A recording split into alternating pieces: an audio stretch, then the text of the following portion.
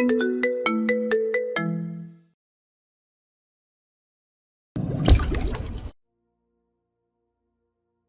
জানতাম আপনি আর হারাবেন না। আমি আপনাকে আর হারাতে দেবই না। একটু বসুন, আমি ওকে জানিয়ে আসি মেয়েটা আপনার জন্য কত ছটফট করেছে। ওয়াহেদ শুকনো ঢোক গিলল। এই মায়াবী মুহূর্তটা সে নষ্ট করতে চায় না, কিন্তু নীলিমাকে আর অন্ধকারে রাখা সম্ভব নয়। সে শান্ত গলায় বলল, কথা জানে? নীলিমা অবাক হয়ে থমকে দাঁড়ালো। কথা জানে মানে? ওয়াহেদ মাথা নেড়ে বলল, আমি রূপকথার সাথে দেখা করেছি। সত্যি? কি বলল কথা? নিশ্চয়ই আপনাকে দেখে পাগলের মতো করেছে, তাই না? পরক্ষণে নীলিমার মনে সংশয় জাগলো। সে কৌতূহলী হয়ে প্রশ্ন করল, কিন্তু কথার সাথে আপনার দেখা হলেও আমায় কিছু জানায়নি কেন?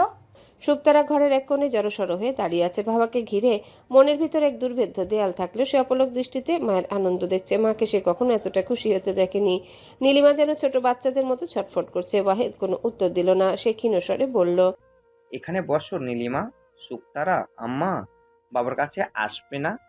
নীলিমা পাশে গিয়ে বসলো। শুকতারাও মন্থর পায়ে বাবার পাশে এসে বসলো। ওয়াহেদ অনেক সাহস সঞ্চয় করে মেয়েটাকে আবারও বুকে টেনে নিল। নীলিমা ঠোঁট কামড়ে উপচে পড়া কান্না আটকানোর চেষ্টা করছে। 10 বছর যাবৎ যেই স্বপ্নগুলো দেখতো আজ সেগুলো বাস্তব। তার মেয়েটা বাবার আদর পাচ্ছে, আর কোনো ভয় নেই। এবার তার মেয়েটাও আগের মতোই বাবার ছায়াতলে বড় হবে। কেউ তাকে বিধবা বলে সম্বোধন করবে না, কেউ তার মেয়েদের বাপ ছাড়া মেয়ে বলবে না। ওয়াহেদ ঘরটা খুঁটিয়ে খুঁটিয়ে দেখতে দেখতে শুধালো, তোমরা এখানে কবে থেকে থাকো? কথার বিয়ের পর থেকেই। নীলিমা দুহাতে চোখ মুছতে মুছতে বলল, কথার আব্বু, আপনি নিশ্চয়ই খুব ক্লান্ত, একটু শুয়ে নিন। আর বলুন আপনার জন্য কি রাঁধবো, কি খেতে ইচ্ছে করছে আপনার? ওয়াহেদ ক্লান্ত চোখে তাকালো। মিহিসরে বলল, কিচ্ছু খাবো না, আমি ক্লান্ত নই। তুমি বসো নীলিমা, কিছু কথা আছে।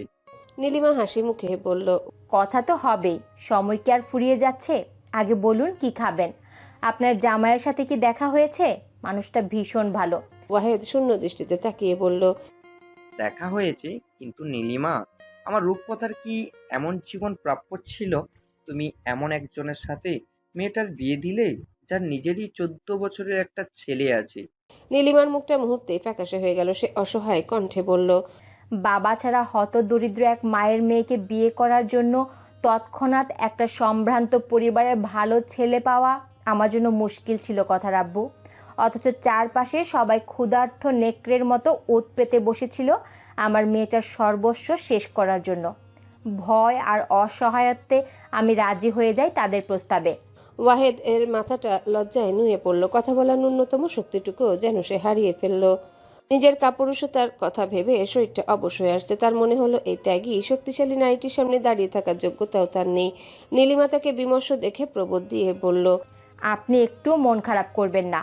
আপনার মেয়ে এই খুঁতযুক্ত জীবনেই খুব সুখে আছে কথার আব্বু। তপুবন শিকদার মাটির মানুষ, সব সময় আমার কথাকে আগলে রাখে। শুধু কথাকেই না, আপনার এই ছোট্ট মেয়েকেও আগলে রাখে। ওর জন্য ঘর ভরিয়ে দেয় খাবার আর অপ্রয়োজনীয় জিনিসে। প্রতিদিন ফোন দেবে, খোঁজ নেবে। কিছু করতে না করলেও শুনবে না, বলবে আমাদের ভাই বোনের মাঝে আসবেন না। আর তার ছেলেটা, আপনার নাতি, সে সারাদিন তার মিমির পাছে পাছে ঘুরে। মিমিকে ছাড়া তার দিন চলে না। চিন্তা করবেন না, রূপকথা ভালো আছে। হয়তো এটাই ওর জন্য মঙ্গলজনক ছিল। ওয়াহেদ শুকনো গলায় বিড়বিড় করল। হয়তো। নীলিমা আরো কিছু বলতে যাচ্ছিল, ঠিক তখনই বাইরে থেকে কারো ডাক শোনা গেল। Sir, Ahmed sir. নীলিমা চমকে বন্ধ দরজার দিকে তাকালো, শুধালো, কে ডাকছে আপনাকে? হয়তো ড্রাইভার। তোমরা বসো, আমি আসছি। ওয়াহেদ দরজা খুলে বের হয়। পেছনে নীলিমাও এলো। দালানের সামনে একটা বিলাসবহুল গাড়ি দাঁড়িয়েছে। ওয়াহেদ গাড়ির কাছে যেতে মালিক বলল, স্যার, গাড়িটা কোথায় রাখবো? ডান পাশে জায়গা আছে, ওখানে রাখো। কেউ যদি কিছু বলে? কিছু বলবে না, তুমি রাখো। রাজ্যের কৌতূহল নিয়ে নীলিমা পাশে এসে দাঁড়ালো। গাড়িটা দেখে কাপা গলায় শুধালো, এটা কার গাড়ি কথার আব্বু? গাড়িটা দেখে কাপা গলায় শুধালো। ওয়াহেদ মৃদু চমকে পাশ ফিরে তাকায়। খানিক সময়ের সাহস নিয়ে বলল, আমার। নীলিমা বিস্ময়ে বিমূঢ় হয়ে গেল। আপনার? এত দামি গাড়ি আপনার? ওয়াহেদ তাকায়। হঠাৎ শুকনো হয়ে যাও উচ্ছ্বসিত মুখ পানে। উচ্ছ্বাস ধীর স্থির মিলিয়ে যাচ্ছে। বলল, ঘরে চলো, সব বলছি। নীলিমা গাড়িটা দেখতে দেখতে যন্ত্রচালিত পুতুলের মতো ঘরে ফিরল। ওয়াহেদের বিবর্ণ মুখ দেখে তার বুকের ভেতরটা অজানা আশঙ্কায় কেঁপে উঠল। ললাটে বিন্দু বিন্দু ঘাম জমল। সে গলা মুছে শুধালো, বললেন না তো আপনি কোথায় ছিলেন? কি হয়েছিল আপনার সাথে? প্রশ্নবিদ্ধ মুখ পানে এক দৃষ্টিতে চেয়ে ওয়াহেদ ক্ষীণস্বরে বলে উঠল, আমি হারিয়ে যাইনি নীলিমা, আমায় হারাতে বাধ্য করা হয়েছিল। কে বাধ্য করেছিল? আপনার তো কোনো শত্রু ছিল না। ঘেমে ওঠা গাল গলা মুছতে মুছতে শুধায়, অপারেশনের জন্য অফিসের বসের কাছ থেকে নেওয়া সেই 6 লক্ষ টাকাই আমার কাল হয়ে দাঁড়িয়েছিল। নীলিমা অস্থির হয়ে বলল, আমি কিছুই বুঝতে পারছি না, পরিষ্কার করে বলুন। মায়াভরা মুখ পানে এক দৃষ্টিতে চেয়ে ওয়াহেদ বুক ভরা সাহস সঞ্চয় করে। হয়তো কিয়ৎকাল বাদ এই মুক্তিতে মায়ার ভালোবাসা থাকবে না, তবুও সে বলতে শুরু করলো 10 বছর আগের সেই দিনটির কথা, যে দিনটির পর থেকে স্বামীর আকস্মিক হারিয়ে যাওয়ায় একটু একটু করে নীলিমা জীবন বদলে যেতে থাকে। দীর্ঘ 20 মিনিটের কঠিন কঠিন শব্দের বুননগুলো শুনে নীলিমা দাঁড়িয়ে থাকার ক্ষমতা হারিয়ে ফেলল। চোখের সামনে হঠাৎ সবটাই ঝাপসা হয়ে আসতে নীলিমা ঢলে পড়তে নিল। ওয়াহেদ দ্রুত আগলে নিল তাকে। অপ্রস্তুত ভারসাম্যহীন হয়ে পড়লেও নীলিমা এক ঝটকায় নিজেকে ওয়াহেদের বাহুডোর থেকে সরিয়ে আনে। সহসা তাল হারিয়ে মেঝেতে পড়ে যায়। ওয়াহেদ অশ্রুসিক্ত নয়নে মৃদু আর্তনাদ করে উঠল। নীলিমা, নিজেকে সামলে নিয়ে নীলিমা দ্রুত হাত উঁচিয়ে তাকে থামিয়ে দিল। ঘৃণা মিশ্রিত কণ্ঠে আর্তনাদের সাথে বলে উঠল, ছোবেন না, ছোবেন না, আপনার গায়ে অন্য নারীর স্পর্শ, দূরে সরুন। ওয়াহিদের দেহ স্থিমিত হয়ে এলো। এগিয়ে যাওয়া হাত দুটো ভীষণ লজ্জার সাথে গুটিয়ে গেল। নীলিমার ধাতস্থ হতে অনেক সময় লাগলো, অনেকটা সময়। নিজের সবটুকু দিয়ে কাউকে ভালোবাসার পর যখন বিদঘুটে এক সত্য সামনে আসলো, তখন সেটা তার অন্তঃস্থল মানতে নারাজ। দেয়ালে পিঠ থেকে বসে থাকা ঘামে জুবুথুবু নীলিমা চোখ খুলে তাকায় সম্মুখে দণ্ডায়মান নিজের অর্ধাঙ্গের দিকে। এক দৃষ্টিতে তাকিয়ে থাকে। নিগুড় চোখে আপাদমস্তক দেখতে দেখতে বলে ওঠে, দূরে সরুন। কথা রাখবো?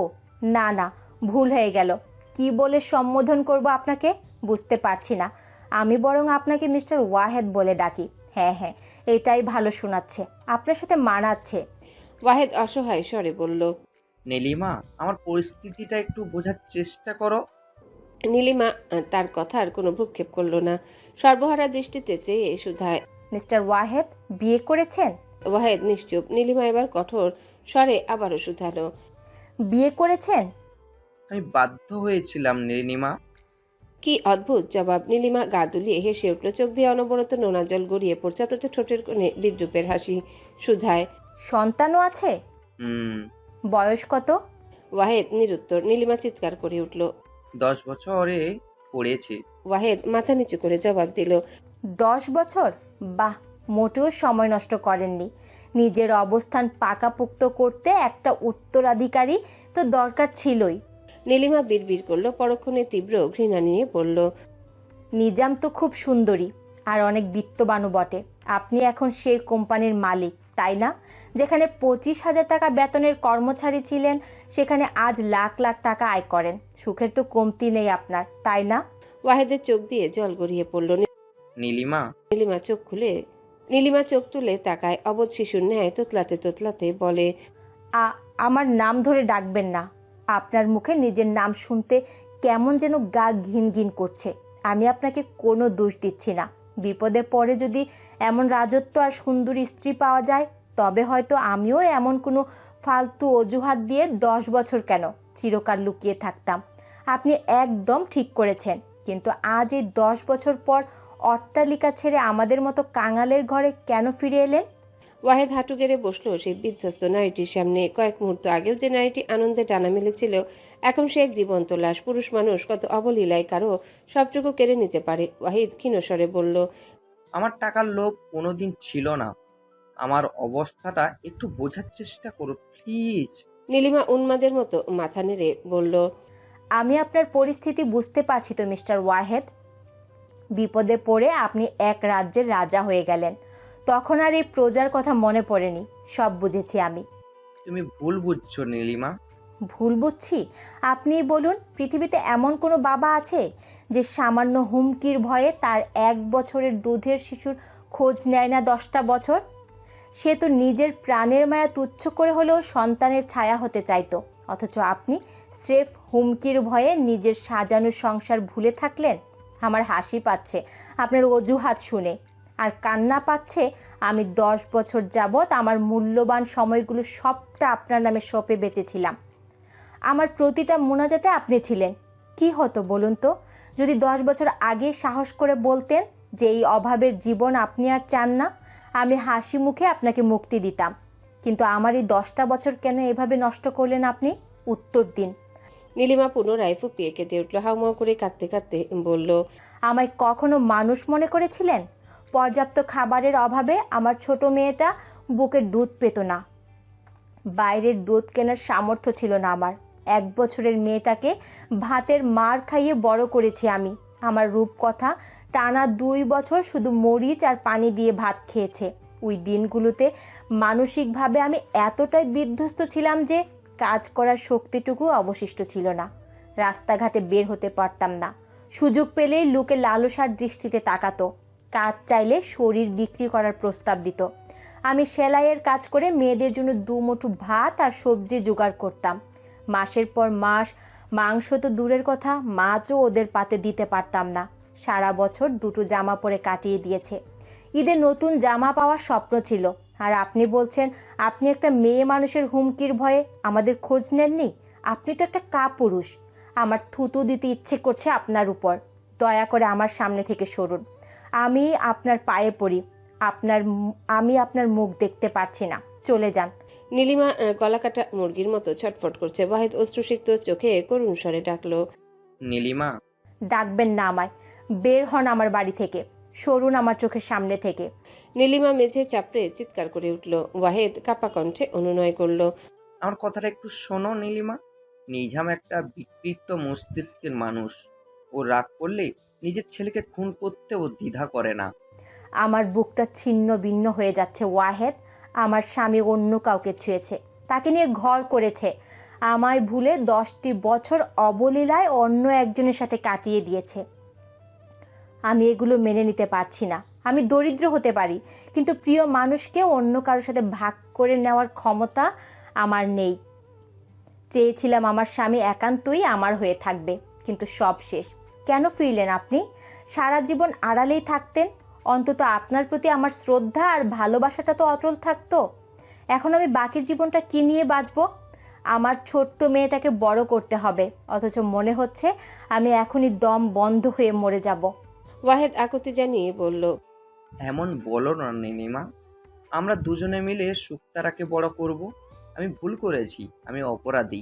তুমি যে শাস্তি দেবে আমি মাথা পেতে নেব, কিন্তু এভাবে ঘৃণা করো না প্লিজ। আমায় ক্ষমা করে দাও। কিন্তু নীলিমা ধীর স্থির মস্তিষ্কে সহনশীলতা হারিয়ে ফেলে। মাথার চুল খামচে ধরে লম্বা লম্বা শ্বাস নেয়, ক্ষীণ স্বরে বলে, আপনি আমার ঘর থেকে বের হবেন কিনা? নীলিমা, ওয়াহিদ কথা শেষ করার আগে নীলিমা রণমূর্তি ধারণ করে চিৎকার করে বলল, বের হন আমার ঘর থেকে। আপনাকে আমি চিনি না। আমি কোথাও যাচ্ছি না নীলিমা। ওয়াহিদের দৃঢ় কণ্ঠে বলল। নীলিমা এবার উদ্ভ্রান্তের ন্যায় এলোমেলো দৃষ্টি ফেলে ছুটে যায় রান্নাঘরে। কিন্তু যখন ফিরল তখন ওয়াহিদ স্তব্ধ হয়ে গেল নীলিমার হাতে বটি দেখে। শুক্তারা তখন অন্য ঘরের কপাট আঁকড়ে চুপটি করে দাঁড়িয়ে আছে। জীবন আর বাস্তবতা তাকে এতটুকু বড় করেছে যে সে এখন বুঝতে পারে বিষয়গুলো। বাবা নামক মানুষটার অন্য কাউকে বিয়ে করেছে, তার একটা সন্তানও আছে। অনেক বড়লোক বাবা, কিন্তু এতদিন ইচ্ছাকৃতভাবে ফেলে যাওয়া তাদের মা মেয়েদের খবর নেয়নি। চোখ বেয়ে এক ফোঁটা অশ্রু গড়িয়ে পড়ে। সে তো জানতো বাবার অনেক শক্তিশালী আর ভালোবাসাময় হয়। পুরো পৃথিবী ঊর্ধ্বে গিয়ে সন্তানদের আগলে রাখে, তাদের সুখে রাখার চেষ্টা করে, কিন্তু তার বাবা এমনটা নয়। বটি হাতে নীলিমা বজ্রকণ্ঠে বলল। আপনি যাবেন নাকি আমি আঘাত করব? ওয়াহেদ অবাক পানে চেয়ে বলল, তুমি আমায় আঘাত করতে পারবে? আমি ওয়াহেদের স্ত্রী হলে পারতাম না এমনটা করতে, কিন্তু আজ আমি একজন বিধ্বস্ত নারী, যে তার স্বামীর কাপুরুষতা আর বিশ্বাসঘাতকতার শিকার। এই নারী অবশ্যই পারবে। আমায় কি ক্ষমা করা যায় না নীলিমা? আপনি যাবেন কি না? ক্ষমা করে দাও না। আপনার মেয়েদের শৈশব ফিরিয়ে দিন। আমার মেয়েদের শৈশবের সুস্বাস্থ্য ফিরিয়ে দিন। 10 বছর আগের ফেলে যাওয়া আমার বৈবাহিক জীবন আর আমার একান্ত ব্যক্তিগত স্বামীকে ফিরিয়ে দিন। আমি ক্ষমা করে দেব আপনাকে। আর যদি তা না পারেন, তবে বিন্দুমাত্র মনুষ্যত্ব বোধ থাকলে এখান থেকে চলে যান। দ্বিতীয়বার আর নিজের মুখ দেখাবেন না। ওয়াহেদ অপলক তাকিয়ে রইল সেই দৃঢ়চেতা নারীটির দিকে। একদা এমনই ছোট্ট ঘরে সে ফিরলে সুখ উপচে পড়তো, তবে আজ সেখানে কেবল তীব্র ঘৃণা। শেষবারের মতো সে ডাকলো, নীলিমা, একটা সুযোগ দাও না। এখনই বের না হলে আমি সত্যি বটি চালিয়ে দেব। বের হন। বহু বছর পর আমার এই ঘরে সুখ এসেছে। আমার মেয়েরা এখন পেট ভরে খেতে পায়। আমার জন্য এটুকুই যথেষ্ট। আপনার মতো কাপুরুষকে আমি এই সুখে বিষ ঢালতে দেব না। আমার স্বামী নেই, সে 10 বছর আগেই হারিয়ে গেছে। আপনি বের হন। বলেই নীলিমা দরজা খুলে দিল। পথ দেখিয়ে বলল, বের হন, জলদি বের হন। ওয়াহেদ ঘাড় ঘুরিয়ে দরজার পাশে দাঁড়ানো মেয়েটির দিকে তাকালো, আলতো স্বরে ডাকলো। আম্মা, মাকে একটু বোঝা না। সে স্নেহমাখা ডাক শুক্তারাকে স্পর্শ করলো না। আজীবন বাবার স্বপ্ন বোনা শুক্তারা নীরবে দরজার কপাট ছেড়ে অন্য ঘরে চলে গেল। ওয়াহেদ নির্বাক হয়ে গেল নিজের ছোট্ট মেয়েটিকে চোখে ভরপুর ঘৃণা দেখে। আর একটু সাহস পেল না সেখানে দাঁড়ানোর। নতশির বেরিয়ে যায় দরজা থেকে। নীলিমা সাথে সাথে সশব্দে দরজা বন্ধ করে দিল। বন্ধ দরজার দিকে এক দৃষ্টিতে চেয়ে রইল ওয়াহেদ। জীবন কখন এতটা বিদঘুটে হয়ে গেল যে শ্বাস নিতেও এখন কষ্ট হচ্ছে। এই বিদঘুটে জীবনের ভার সে কতদিন বইতে পারবে? চারিদিকে এত ঘৃণা, প্রিয় মানুষগুলোর ঘৃণা যে বড্ড অসহনীয়। দরজাটা বন্ধ হতে নীলিমার হাত থরথরিয়ে কেঁপে উঠল। সশব্দে বটিটা মেঝেতে পড়ে যেতে নীলিমা ধপ করে মেঝেতে বসে পড়ে। পড়ে থাকা বটিটার দিকে চেয়ে আচমকায় সে হাউমাউ করে কেঁদে উঠল। কাঁদতে কাঁদতে আর্তনাদের সুরে বলে ওঠে, আমার স্বামী আর আমার নেই।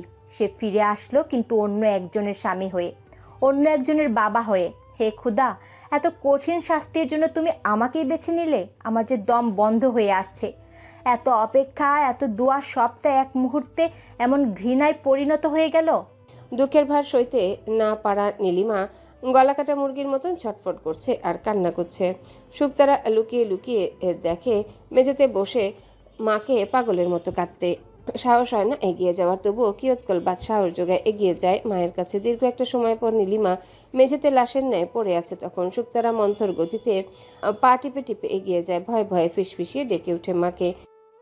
আম্মা, মেয়ের ডাকে এক দৃষ্টিতে শূন্য দেয়ালের পানে চেয়ে থাকা নীলিমার চোখের পলক পড়ে। ফলস্বরূপ অক্ষি কোটরে জমে থাকা নোনা জলগুলো গড়িয়ে পড়ল।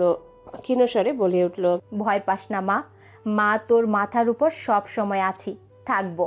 তোর বাবার কাপুরুষতার কাছে তার পিতৃত্ব হেরে যেতে পারে, কিন্তু তোর মা অনেক শক্তিশালী। সে মরে যাবে, তবুও তার মাতৃত্ব কেউ ক্ষুণ্ণ করতে পারবে না। জীবন যখন সব সুখ কেড়ে নিয়েছিল, তখনই ভেঙে পড়িনি। সেখানে এখন তো সুখের কমতি নেই। আমি ভেঙে পড়বো না, একটুও না। শুধু মাকে একটু সময় দে মা। কত কত স্মৃতি মুছতে হবে, একটু যন্ত্রণা হবে, তবে আমি ঠিক মুছে ফেলবো, দেখিস। মাকে একটু সময় দে। বিড়বিড় করতে করতে নীলিমার চোখ দুটো বুজে গেল। একটু বিশ্রামের প্রয়োজন। জীবন এত বিদঘুটে খেলা খেললো যে দেহ মন আজ ভীষণ ক্লান্ত। এরপর জীবন আর দ্বৈত দ্বন্দ্বে প্রহরগুলো হুড়মুড়িয়ে কেটে গেল।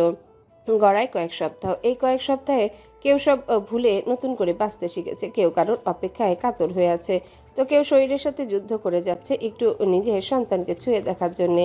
যে মাতৃত্বের জন্য এত লড়াই, এত ধৈর্য, সে মাতৃত্বই আজ সন্তান হারা দুস্থ পথিকের ন্যায় হাহাকার করছে। দীর্ঘ 24 দিনের এক অদ্ভুত অস্থির টাইম লুপ। টরেন্টোর আকাশ আজ যেন ভয়ঙ্কর রূপ ধারণ করেছে। ধূসর গগন ছেয়ে গেছে কৃত্রিম আরবান গ্লোতে। ল্যাম্পপোস্টের নিয়ন আলো নিচু মেঘে বাধা পেয়ে আকাশে সৃষ্টি করছে ম্লান এই বেগুনি আর গোলাপি আভা। ধরিত্রীর সভ্য ও সুশীল রজনী আজ নিস্তব্ধতাকে আঁকড়ে ধরে গুমড়ে মরছে, যেন এক প্রলয়ঙ্কারী ঝড় আসার পূর্বাভাস।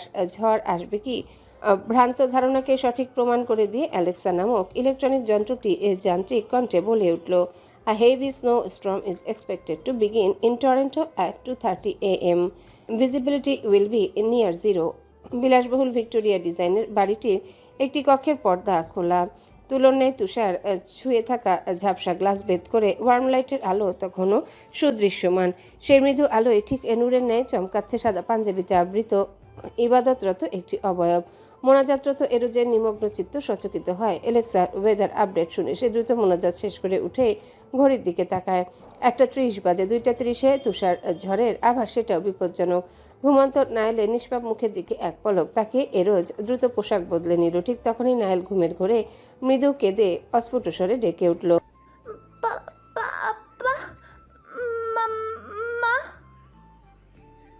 এরোজ দ্রুত ছোট দেহটির পাশে গিয়ে তাকে আলগোছে বুকে জড়িয়ে ধরল। কপালে হাত রেখে বলল, এই তো মা, আমি আছি, ভয় নেই, তুমি ঘুমাও। নাইলের তন্দ্রা পুরোপুরি কাটেনি। আধা বোঝা চোখে তাকিয়ে বলল, স্টোলি।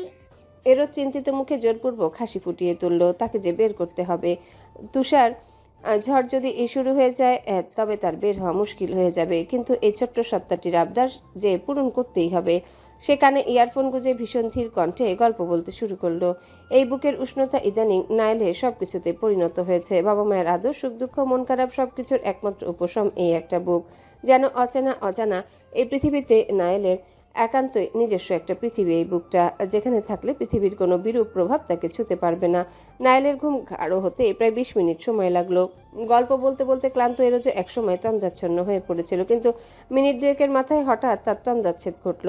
সে ধরফড়িয়ে উঠে ইয়ারফোনটা কানে চেপে ধরল। দৃষ্টি তীক্ষ্ণ হলো, শ্রবণেন্দ্রিয় সচকিত হয়। এটা সেই কণ্ঠ যে কণ্ঠ শোনার জন্য তার কর্ণদয় তৎপর। ইয়ারফোনের ওপাশ থেকে ভেসে এলো, নাইলের চাচ্চুকে নিয়ে আসো তো পান্ডা। এরোজের ঠোঁটের কোণে বিশ্বজয়ের হাসি ফুটে উঠল। যে মুখ পানে তাকানো অধিকার সৃষ্টিকর্তা ছিনিয়ে নিয়েছিল, আজ সেই মানুষটা নিজে থেকে তাকে ডাকে। সে চলচল নেত্রে শুক্রিয়া করে সৃষ্টিকর্তার। যে হালেই পাক না কেন পেয়েছে, তো এতটুকুর জন্য হলেও সে নিজেকে সারা জীবন সৃষ্টিকর্তার পদার্পণে সঁপে দেবে। সে চোখ নামিয়ে দৃষ্টি রাখে বুকে গাল দাবিয়ে শুয়ে থাকা শুভ্র বাচ্চাটির দিকে। 1 মাস 4 দিনেই বিদেশের আবহাওয়ার প্রভাব স্পষ্ট মুখ জুড়ে, ঠিক যেন স্নো হোয়াইট। সে প্রাণোচ্ছল হেসে গালে ঠোঁট চুয়ে দিয়ে বিছানায় শুয়ে দিল। দ্রুত কদমে গিয়ে শীতের পোশাকগুলো বের করে পড়তে লাগলো। এখানকার শীত এমনই হাড় কাঁপানো যে কয়েক স্তর কাপড় আর রুম হিটার ছাড়া টিকে থাকা অসম্ভব। চাপিয়ে রাখা দরজা কিনারায় দাঁড়িয়ে থাকা মাসুম ধ্যানচ্যুত হয় এরোজ উঠতে। সে আলতো দরজা খুলে ভেতরে ঢুকলো। এরোজ ফিরে তাকায় কারোর শব্দে। আন্টি এখনো ঘুমননি? রাত অনেক হয়েছে তো। মাসুমা মৃদু হেসে বলল, তোমার আঙ্কেলের সাথে কথা বলছিলাম, তাই দেরি হয়ে গেল। ভাবলাম একবার নায়েলকে দেখে যাই। এরোজ দ্রুত মোজা পড়তে পড়তে বলল, ও আঙ্কেল কেমন আছেন? আল্লাহ রেখেছেন। তুমি কি কোথাও যাচ্ছ? জি আন্টি, হসপিটালে যাচ্ছি। মাসুমার ভাবনা সঠিক হয়, দৃষ্টি গভীর হয়। দীর্ঘ 1 মাস 4 দিনের অভিজ্ঞতা বলে সম্মুখে ছেলেটি প্রকাশ্যে এক সত্তা নিয়ে ঘুরে, কিন্তু আড়ালে অন্য একটা সত্তা রয়েছে, যেই সত্তা জুড়ে শুধুমাত্র তার মেয়ে আর নাতনির বসবাস। কিন্তু সে চায় না তার এই ধারণা সত্যি হোক। সে ট্রু শব্দটি করল না, ক্ষীণস্বরে শুধায়, তুমি কখনো রাতে ঘুমাও না? এরোজ চোখ তুলে তাকায়, অপ্রস্তুত হেসে বলল, ঘুমাবো না কেন? এখানে এসেছি পর থেকে কখনো তোমায় 2 ঘন্টা ঠিক মতো ঘুমাতেও দেখিনি। মাসুমা সোজাসাপটা কথায় এরোজ কথা ঘুরানোর সুযোগ পেল না, লহুস্বরে বলল, ন্যাচারালি কখনো লং টাইম ঘুম হয় না আমার আন্টি। লং টাইম ঘুমোতে হলে ওষুধ খেতে হয়, আর এখন ওষুধ খেলে আর উঠতে পারবো না সকালে। এছাড়া হসপিটালে যতক্ষণ থাকি ততক্ষণ তো ঘুমিয়েই কাটে, খুব একটা সমস্যা হয় না। মাসুমা থমথমে মুখে বলল, তোমার চোখ মুখের বেহাল দশা কখনো চেয়ে দেখেছো? বিশ্রাম নাও, এখন হসপিটালে যাওয়ার প্রয়োজন নেই। ওখানে তো আর ঢুকতে পারবে না। এরোজ হাত মোজা পড়তে পড়তে উদাসীন চিত্তে মৃদু হাসলো। কি করে বলবে? দূর থেকে হোক কিংবা কাছে থেকে, ওই মানুষটাকে দেখতে পারলেই তার দেহ মনে সব ক্লান্তি দূর হয়ে যায়, জীবনটা সম্পূর্ণ মনে হয়। সে ক্ষীণস্বরে বলল, সকাল থেকে তো একবারও যাওয়া হলো না, একবার গিয়ে দেখে আসি কোনো প্রবলেম হলো কিনা। আমি আর তোমার খালামণি গিয়ে দেখে এসেছি বিকালে, সব ঠিক আছে। আর রাত থেকে খবরে বলছে আজ মারাত্মক তুষারপাত হবে আর ঝড়ও হবে। এভাবে যাওয়াটা বিপজ্জনক। এরোজ ওভারকোট পরে মাস্ক পরে নেয়, কার্ডের ব্যাগ আর গাড়ির চাবি নিয়ে বলল, 15 মিনিটের পথ তো, আমি গাড়িতে করে চলে যাব, চিন্তা করবেন না আন্টি। আপনি না হয় এখানেই ঘুমান, নাইল উঠলে কাউকে না পেলে ভয় পাবে। মাসুমা কিছু বলল না। এরোজ ব্যস্ত কদমে বেরিয়ে যায় ঘর থেকে। রাত তখন 2:15। বাইরের বাতাসের বেগ উন্মত্ত পশুর মতো গর্জন করছে। এরোজ ছুটে বের হতেই দেখলো জগ হাতে নিষাদ খাবার ঘরে। এরোজকে বের হতে দেখে সে চেঁচামেচি শুরু করে দিল, সারা রাত ধরে খবরে সবাইকে সাবধান করেছে রোজ, আর কিছুক্ষণের মধ্যেই ভিজিবিলিটি 0-তে চলে আসবে। How could you do this? রাতে খাওনি এখন পর্যন্ত, ঘুমাও না ঠিক মতো, এখন কোথাও যেতে পারবি না, ঘরে যা। এরোজের মন মস্তিষ্কে শুধু একটাই ডাক প্রতিধ্বনিত হচ্ছে। সে জুতা পড়তে পড়তে ব্যস্ত কণ্ঠে বলল, আমায় যেতেই হবে খালামণি, সে আমায় ডাকছে। দরজা খুলতে হাড় কাঁপানো শীতল বাতাস তাকে অভ্যর্থনা জানালো। এরোজ তাকায় আকাশের পানে। অনবরত আপতিত তুষার যেন টুকরো টুকরো শিমুল তুলো। প্রতি সেকেন্ডে তার বেগ আর ক্ষিপ্ততা বৃদ্ধি পাচ্ছে। এরোজ দ্রুত গ্যারেজ থেকে গাড়ি বের করে হিটার অন করে দেয়। 15 মিনিটের পথটুকু খুব একটা কঠিন লাগলো না তার কাছে। তবে তার ধারণা ভুল প্রমাণিত হলো যখন মিনিটের মাঝে ফ্রন্ট গ্লাস পুরোটা সেকেন্ডের মাঝে সাদা হয়ে যাচ্ছে। বাতাসের শো শো শব্দ যেন হিংস্র পশুর গর্জন। এরোজ যতটা সম্ভব গাড়ির স্পিড বাড়িয়ে দেয়, কিন্তু তবুও যেন তার পথ ফুরাচ্ছে না। ভেতরে তীব্র অস্থিরতা কতটা ক্ষিপ্র, তার থেকেও ক্ষিপ্রতার সাথে প্রকৃতি তীব্রতা তাকে রোধ করে দিল। গাড়ির চাকা কোনো কিছুর সাথে বাধাপ্রাপ্ত হতেই এরোজ কপাল কুঁচকে নিল। গাড়ি কোনোভাবে আগাচ্ছে না। বাইরে তাকিয়ে দেখলো রাস্তা ততক্ষণে কয়েক ইঞ্চি বরফের স্তরে ঢেকে গেছে। নিরুপায় হয়ে সে গাড়ি থেকে নামলো। এই জিরো ভিজিবিলিটিতে বরফ পেরিয়ে ছোটা যেন শক্তিশালী প্রকৃতির বিরুদ্ধে লড়াই করার মতো বোকামি করা। চোখের পাপড়িতেও তুষার জমে বরফ হয়ে যাচ্ছে, তবুও সে হাল ছাড়লো না। গাড়ি লক করে সে বরফের উপর দিয়ে হাঁটতে শুরু করলো। চোখে তখন সফেদ সমীরণের ঝড় ব্যতীত কিছুই দেখা যাচ্ছে না। এরোজ অন্ধের মতো ছুটতে লাগলো। ছুটতে ছুটতে একসময় বিশাল একটা ম্যাপেল গাছের সাথে ধাক্কা খেয়ে সে বরফের উপর ছিটকে পড়লো। তীব্র ব্যথায় কুকিয়ে উঠলো এরোজ, তবুও থেমে থাকলো না। সে ধাতস্থ হয়ে বরফ পেরিয়ে ফের ছুটতে লাগলো, কিন্তু একটা সময় দেহে অসম্ভব অবসাদ ছুঁয়ে গেল। দুপা আর নড়ছে না, বরফে জমে গিয়েছে যেন। ঠিক সেই মুহূর্তে বাতাসের ঝাপটা ছাপিয়ে তার কানে এলো পুলিশের সাইরেন, অ্যাম্বুলেন্সের সাইরেন আর বরফ কাটার মেশিনের শব্দ। তার মানে হাসপাতালের কাছাকাছি চলে এসেছে। গলার সবটুকু জোর দিয়ে সে চিৎকার করে বলল, হেল্প প্লিজ। কিন্তু ঝড়ের প্রকোপেতে শোনাই গেল না। তবে ভাগ্য সুপ্রসন্ন হয়। মিনিটের মাঝে দেখলো পুলিশ এদিকে লাইট মারছে আর এগিয়ে আসছে। সাথে বরফ কাটার মেশিন স্নোপ্লো এদিকে আসছে। তারা সন্দেহজনক কিছু দেখে দ্রুত এগিয়ে আসে। এরোজকে আটকে থাকতে দেখে তারা এক দফা রাগারাগি করলো আর সেখান থেকে উদ্ধার করলো, কিন্তু হাইওয়ে ক্লোজড ঘোষণা করার পরেও গাড়ি নিয়ে বের হওয়ায় $75 জরিমানা করলো। এরোজ বিনীত ভঙ্গিতে বলল, I don't have any cash, sir. I am really very sorry. My wife is a cancer patient. She needs me. Please let me go. She is waiting for me. এরোজের বিধ্বস্ত দশা আর আকুলতা দেখে পুলিশের মন নরম হলো।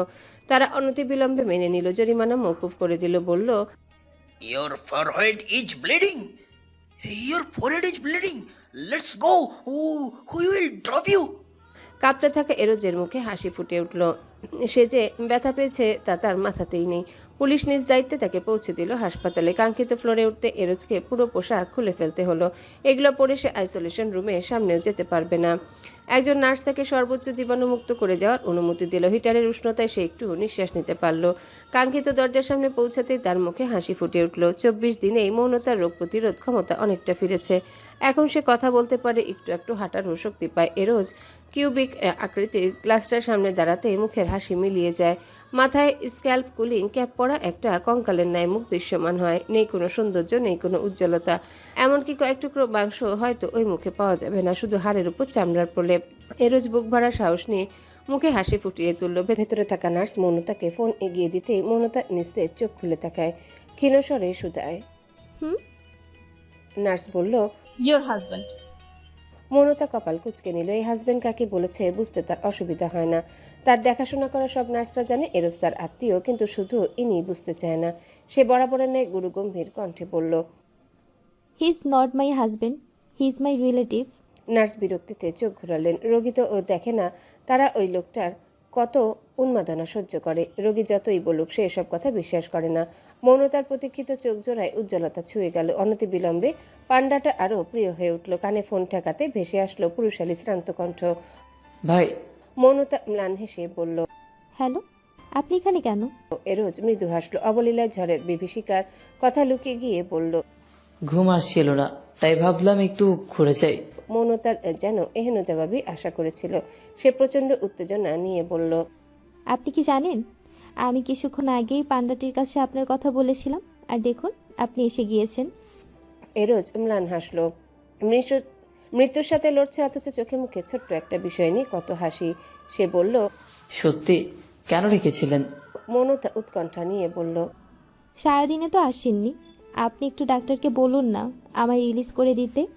আমি এখন পুরোপুরি সুস্থ, কথা বলতে পারছি, হাঁটতে পারছি, সব করতে পারছি। এরোজ নির্নিমেষ চেয়ে বলল, আপনার বাইরে চলাচল করার জন্য এখনো আর একটু ফিট হতে হবে, নয়তো সংক্রমিত হওয়ার সম্ভাবনা রয়েছে। আর তো মাত্র 4 দিন। এতদিন যখন অপেক্ষা করেছেন আর একটু অপেক্ষা করুন। মৌনতা অসন্তোষে নিঃশ্বাস ফেলল। চোখ দুটো শারীরিক অসুস্থতা আর একাকিত্বে ছলছল করে উঠল। ক্ষীণস্বরে বলল, নাইল, আর 4 দিন দেখবেন চোখের পলকে কেটে যাবে আর নাইল আপনার করে থাকবে। মৌনতা অসহায়ত্ব কবুল করে নিল। গ্লাসের পানে নিগুড়ে চোখে তাকালো। এরোজ কপালে হাত ঠাকায়। লাল রক্তকণিকা আঙ্গুল দেখতে সে ব্যথাতুর নিঃশ্বাস ফেলল। তার মধ্যে কর্ণকুহরে আন্দোলিত হয় প্রিয় কণ্ঠটি। মাথায় আঘাত পেলাম কি করে? এরোজ চোখ তুলে তাকায়, বলল, কিছু না, একটু ধাক্কা খেয়েছি। একটু ধাক্কা খেলে রক্ত বের হয়? এরোজ শান্ত দৃষ্টি ফেলল, বলল, আপনি এত দূর থেকে এটা খেয়াল করেছেন? আমি তো এটাও খেয়াল করেছি যে আপনাকে স্নোম্যানের মতো দেখাচ্ছে। ফর্সা মুখ, ধূসর চোখ আর চেরির মতো লাল টুকটুকে নাক, ঠিক যেন পুতুল। বলেই নারীটি খিলখিলিয়ে হেসে উঠল। সেই হাসি সংক্রমিত হয় পুরুষালী ওষ্ঠকোণেও। খিলখিলিয়ে সেই হাসির শব্দে বুকের মাঝে ধকধক করতে থাকা হৃদয়টা শীতল হয়। ক্ষীণস্বরে বলে, oh it's feels special that you notice me. মৌনতা কপাল কুঁচকে নিল। অবোধ কণ্ঠে শুধালো, কেন? Because I have no one to notice. বড্ড দুঃসহ শোনালো পুরুষালী কণ্ঠটি। মৌনতা বিষণ্ণ হয়। এক দৃষ্টিতে তাকিয়ে রইল পুরুষালী মুখপানে। বড্ড অনাদরে বাহাতে কপালের রক্তগুলো মুছতে ব্যস্ত পুরুষটি। লোকে বলে সময়ের বিবর্তনে অনুভূতি বদলায়, কিন্তু লোকে এটা বলে না যে সময়ের পরিক্রমায় নিষ্ঠুরভাবে বদলে যাওয়া মানুষগুলোই আসলে অনুভূতি বদলাতে বাধ্য করে। দীর্ঘ 10 বছর চাতক পাখির মতো যার অপেক্ষায় নীলিমা দিন গুনেছে, আজ সেই মানুষটার ভাবনাকেও সে নিজের মনে স্থান দিতে চায় না। সে এমনভাবে তাকে ভুলেছে যেন স্বামী নামক সেই মানুষটির অস্তিত্বই এই পৃথিবীতে নেই। রূপকথা কান থেকে ফোন নামিয়ে ছলছল নেত্রে স্ক্রিনের দিকে তাকায়। ফোনের অপর প্রান্ত থেকে ভেসে আসছে মায়ের হাসজ্জ্বল ব্যস্ত কণ্ঠ, যেন জগতে তার চেয়ে সুখী আর কেউ নেই। অথচ এই মানুষটা আদতে সুখী তাই বোঝে না। জীবন তাকে প্রতি পদে পদে আঘাত করতে করতে আজ এক বিধ্বস্ত মানবে পরিণত করেছে, যে কিনা আজ ঠিকমতো নিজের দুঃখটুকু প্রকাশ করতে পারে না। আজ 26 দিন তাদের আকস্মিক মিলন এবং বিচ্ছেদের। এই 26 দিনে স্বামী নামক মানুষটা নীলিমাকে টুকরো টুকরো করে ভেঙে দিয়েছে। অথচ নীলিমার মধ্যে বিন্দুমাত্র অনুশোচনা বা ক্লেশ নেই। সেদিনকার পর থেকে সে অস্বাভাবিকভাবে রিক্ত হয়ে গিয়েছে।